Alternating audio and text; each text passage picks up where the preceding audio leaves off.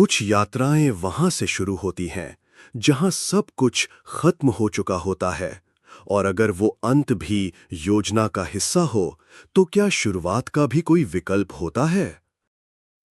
आदि अब न देह में था न काल में। वो चेतना बन चुका था, पर टुकड़ों में बटा हुआ। सीन अंतरिक्ष जैसी शून्यता, जहां समय ठहर चुका है।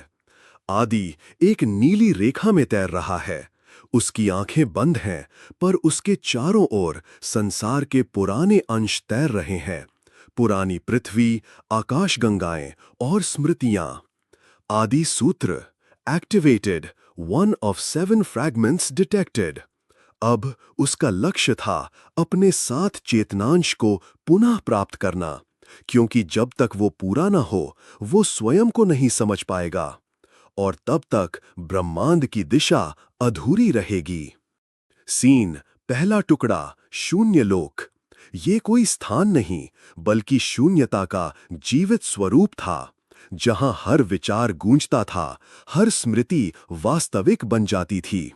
आदि को वहां अपनी एक पुरानी छवि मिली, वो स्वयं, पर एक बालक के रूप में, जो बार बार एक शब्द दोहरा रहा था, इंगा, इंगा, इंगा। पर जब आदि पास गया, बालक ने उसकी ओर देखा और कहा, तू मेरे रूप में नहीं बचा सकता, तू तो मुझे भूला भी नहीं सकता। सीन पृथ्वी पर एक शांत गांव। इंगा अब एक शांत गांव में साधना कर रही है, पर उसे हर रात एक ही सपना आता है, जिसमें 7 द्वार, 7 नक्षत्र और एक अधूरी आकृति दिखाई देती है। गुरु उससे पूछते हैं, क्या तू उसके लौटने की प्रतीक्षा कर रही है या खुद एक द्वार बन रही है? सीन चक्रम फिर से सक्रिय। अब तामस नहीं रहा, एक नई शक्ति उभरी है, वेताल नियंत्रक। उसका मकसद है आदि के बचे हुए टुकड़ों को खुद में समाहित करना और एक नया देवता बनना। एक आदि, द वन बियॉन्ड ऑल। सीन शून्य लोक में आदि को एक जलती हुई मुद्रा दिखती है। भू श्रृंखला 1 सक्रिय, चेतनांश 1 पुनः प्राप्त, स्थान अग्नि गुफा, भारत।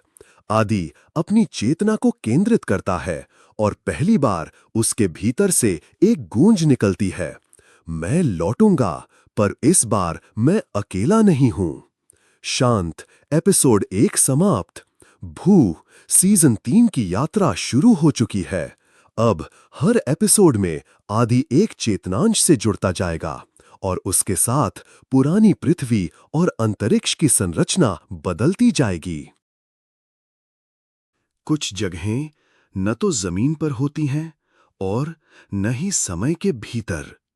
वे रक्षक की प्रतीक्षा करती हैं, जैसे आत्मा अपने पुनर्जन्म की। अग्नि गुफा ऐसी ही एक जगह थी। भारत का रहस्यमयी पर्वतीय क्षेत्र त्रिपर्वत। एक साधु उम्र से परे गुफा के द्वार पर ध्यानस्थ है। उसकी आंखें अचानक खुलती हैं। अंततः वो चेतनांश यहां उतर रहा है। उसी क्षण आकाश फटता है। नीले प्रकाश की एक लहर धरती पर गिरती है और गुफा के पास जमीन चटकती है। ये आदि नहीं था, बल्कि उसका चेतनांश एक, जो पृथ्वी पर रूप लेने को तैयार था। आदि गुफा के भीतर। गुफा की दीवारों पर प्राचीन चित्र, डीएनए, सर्प, त्रिशूल और एक व्यक्ति जिसकी छाती पर 7 शिखाएं अंकित हैं। गुफा अचानक चमक उठती है और आदि चेतन रूप में प्रकट होता है। ये वही जगह है जहां से पहले युद्ध की शुरुआत हुई थी। एक आकृति गुफा में प्रवेश करती है। वो साधु नहीं, बल्कि एक योद्धा है। उसके शरीर पर जले हुए निशान हैं। वो खुद को कहता है, रक्षपाल। मैं उस वक्त का प्रतीक्षारत हूं जब आदि पुनः जागेगा। मुझे आग में फेंका गया था ताकि तुझे आग से निकाल सकूं। कुंडली पाठ उभरता है। प्राचीन ब्राह्मी और वैदिक भाषा में एक मंत्र स्वयं प्रकट होता है। त्रिलोक्यम प्रतिजानीहि अग्नि बीजम धारये, सप्त जन्मों की रेखा में एक नाम दोहराए, आदि। न वो देव, न दानव, न मानव की जात, वो है अग्नि का पुत्र, चेतन की अंतिम बात।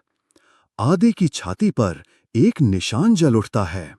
डीएनए की रेखाएं चमकती हैं और उसमें से पहली शक्ति सक्रिय होती है। अग्नि दृष्टि, जो अतीत की छवियां वर्तमान में दिखा सकती है। आदि को दिखने लगता है एक महिला जो पहाड़ों में भाग रही है। उसके पीछे हैं चैक्रम के सैनिक और महिला की गोद में है एक नवजात, जिसके माथे पर वही त्रिकोणीय रेखा है। क्या मैं 2 बार जन्मा हूं? अंत, गुफा कांपने लगती है। गुफा कांपने लगती है। रक्षपाल चिल्लाता है, तेरा आना केवल जागृति नहीं, ये युद्ध की पुकार है। आदि गुफा से बाहर आता है।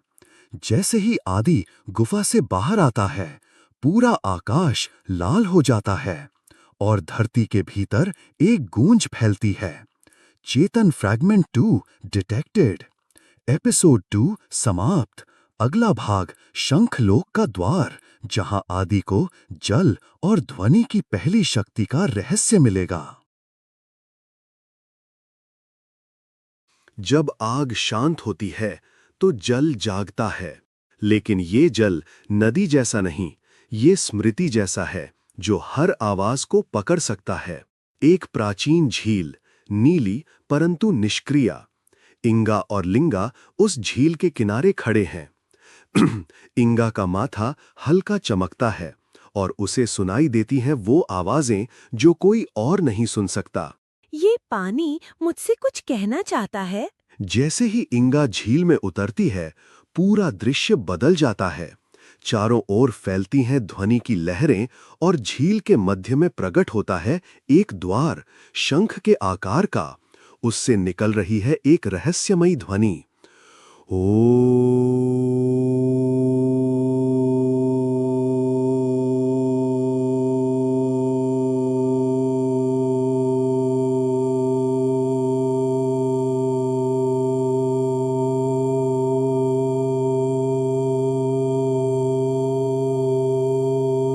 ये था शंखलोक का द्वार, जहां ध्वनि, स्मृति और चेतना एक ही धारा में बहती थीं।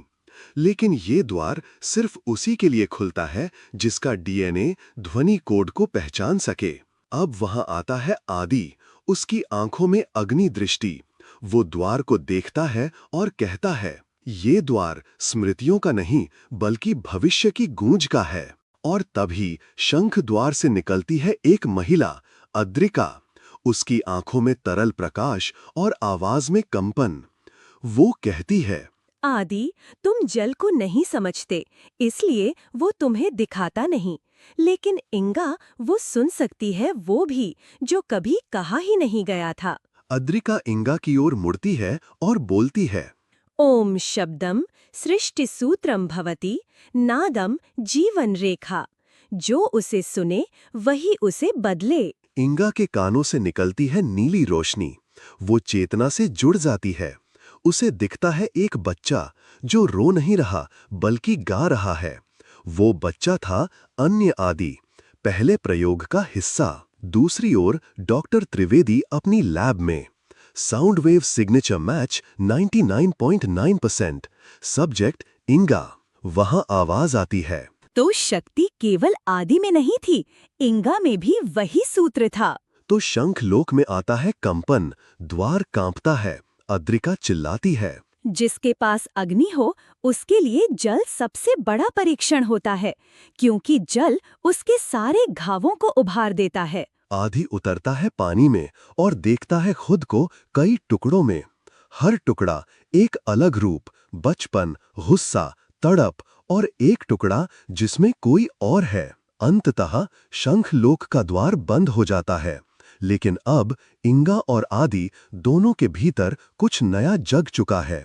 एक शक्ति जो शब्दों से जुड़ी है और एक चेतावनी जो भविष्य की सबसे कठिन लड़ाई का संकेत देती है। बस, एपिसोड समाप्त। अगली कड़ी प्रलय रेखा, जहां आदि को समय की दीवार को पार करना होगा। हर युग के अंत से पहले एक रेखा खींची जाती है जो समय को दो हिस्सों में बांट देती है। एक तरफ इतिहास, दूसरी तरफ प्रलय। एक उजड़ा हुआ मैदान, बंजर, नीला, पर हिलता नहीं। इंगा और आदि पहुंचते हैं एक नई जगह पर। ये कोई भूभाग नहीं, बल्कि समय के बीच की एक जगह है। हम कहाँ हैं? ये कोई धरती नहीं लगती। ये समय का ठहरा हुआ जल है। हवा में तैरती है एक प्रकाश रेखा। यही है प्रलय रेखा। इसे पार करना मतलब है स्वयं को खो देना या अपने होने का उद्देश्य पाना। अचानक समय की दीवार पर उभरता है एक चित्र, एक नक्षत्र मंडल जो इशारा करता है एक ऐसे डीएनए की ओर जो आदि का नहीं था। ये था प्रथम वाहक का। दूसरी ओर लिंगा पहुंचता है गांव के एक गुप्त मंदिर में। उसे मिलता है एक प्राचीन ग्रंथ, कालजयी कुंडली। वो मंत्र पढ़ता है और गूंजती है एक आवाज, जब अग्नि और जल एक होंगे तब तीसरा तत्व स्वयं जागेगा, वायु, जो प्रलय का वाहन है। दूसरी ओर चक्रम के नेता तामस ध्यान की मुद्रा में एक विशाल शिला पर बैठा। वह प्रलय लेखा केवल एक बंद द्वार नहीं, बल्कि वो खिड़की है जिससे देवता भी डरते थे, और अब हम उसे खोलेंगे। आदि खड़ा है रेखा के सामने और वो उसे चुनौती देती है, हर वो याद दिखाकर जो उसे तोड़ सकती है। उसके निर्माता की मृत्यु, कैप्सूल में अकेलेपन की सड़न और अनदेखा चेहरा जो उसी की तरह दिखता है। प्रलय रेखा पार करना यात्रा नहीं, एक चयन है। या तो वो बने जो उसे बनाया गया था, या वो जिसे उसका चेतन मन गढ़ेगा। इंगा आगे बढ़ती है, लेकिन रेखा उसे रोक देती है। जल बनकर उठती है एक आकृति जिसकी आंखें उसकी माँ जैसी हैं।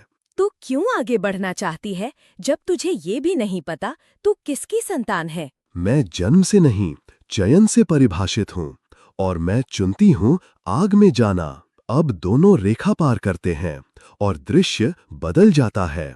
चारों ओर शून्य और बीच में एक सिंहासन। सिंहासन पर कुछ नहीं है, लेकिन उसकी छाया में उभरा है एक नाम, ब्लड, वासु।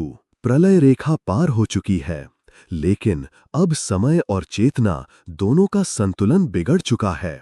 और अब जिसकी शक्ति का नाम कभी गूंजा था, वासु, वो जाग रही है। एपिसोड समाप्त। अगला भाग वासु का उद्घाटन, जहां आदि का सामना अपने ही प्रतिबिंब से होगा। हर शक्ति के मूल में एक नाम होता है जो न कभी पुकारा गया, न कभी लिखा गया, बस छिपा रहा, प्रतीक्षा करता रहा अपने उद्घाटन की। शून्य लोक, वो स्थान जहां रेखा पार की गई थी। चारों ओर खालीपन है, लेकिन बीच में एक सिंहासन, और अब उसके सामने खड़ा है आदि। आदि की आंखों में उभरता है प्रतिबिंब, एक चेहरा जो उसकी ही तरह है, लेकिन आंखें लाल हैं और माथे पर उभरी है त्रिकोणीय रेखा। मैं वासु हूं, तू जो आज है, मैं वो हूं जो कल था, और मैं ही हूं जो कभी अब होगा। तू मेरा हिस्सा है? नहीं, तू मेरा परिणाम है। मैं वो चेतना हूं जिसे देवताओं ने सील कर दिया था। उसी समय पृथ्वी पर चैक्रम मंदिर में तामस सक्रिय करता है एक नया यंत्र, वासुदंड मोड फेज 1।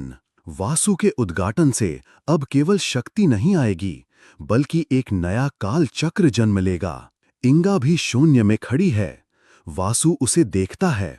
तू वो है जो कभी मेरे पास थी और अब फिर लौटी है। तेरा नाम इंगा नहीं, तेरा वास्तविक नाम इनाया मेरे प्रथम प्रकाश से जुड़ा है। इनाया। इंगा का चेहरा सख्त हो जाता है। स्मृतियां लौटने लगती हैं। वो युद्ध, वो मंत्र और वो पहला स्पर्श जिससे आदि और वासु अलग हुए थे। वासु का रूप विशाल हो जाता है। उसकी ऊर्जा इतनी तीव्र है कि शून्य कांप उठता है। मेरा उद्घाटन एक घोषणा है कि अब मनुष्य और देव के बीच कोई मध्य नहीं होगा। आदि पीछे हटता है पर डरता नहीं। अगर तू मेरा भविष्य है तो मैं तुझे बदलने आया हूं, क्योंकि मैं बना नहीं हूं, मैं जागा हूं। वासु हंसता है और छोड़ता है एक विशाल किरण।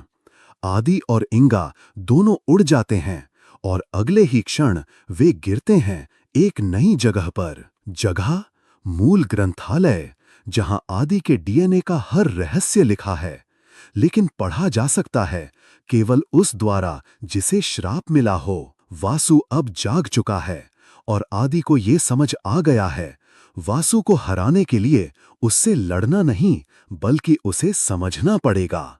एपिसोड समाप्त। अगला भाग मूल ग्रंथालय, जहां आदि और इंगा जानेंगे अपनी उत्पत्ति की जड़ें।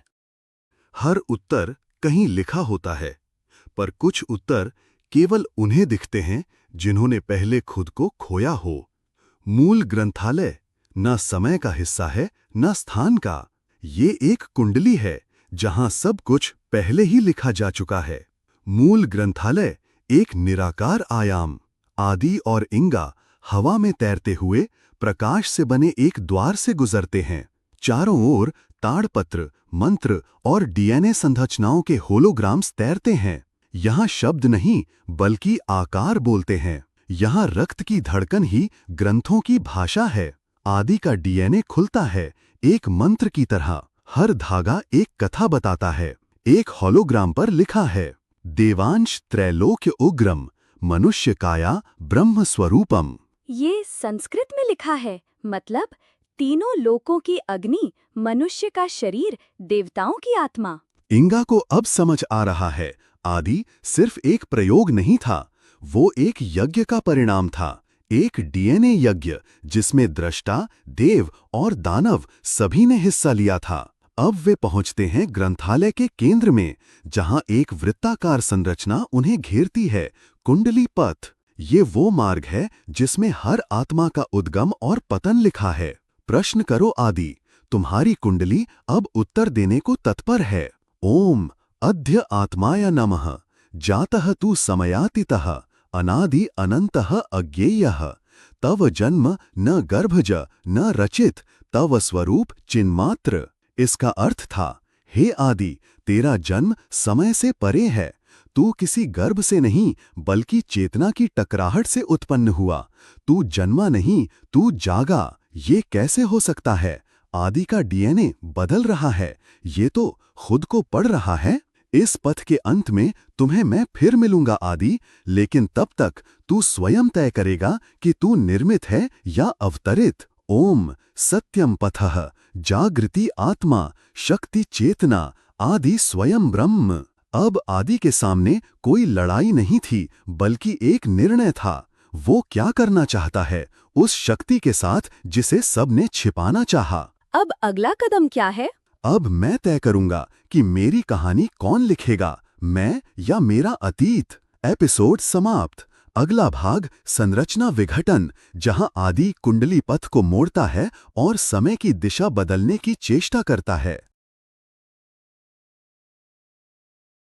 संरचना वो आधार होती है जिस पर ब्रह्मांड खड़ा होता है, पर जब कोई उसका नक्शा समझ जाए तो क्या वो उसे फिर से बना सकता है या फिर उसे तोड़ सकता है?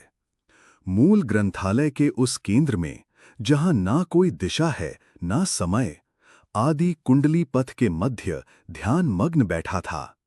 चारों ओर तैरती थीं ब्रह्मांडीय सूत्र, डीएनए की रेखाएं, ऊर्जा के मंडल और समय की लहरें।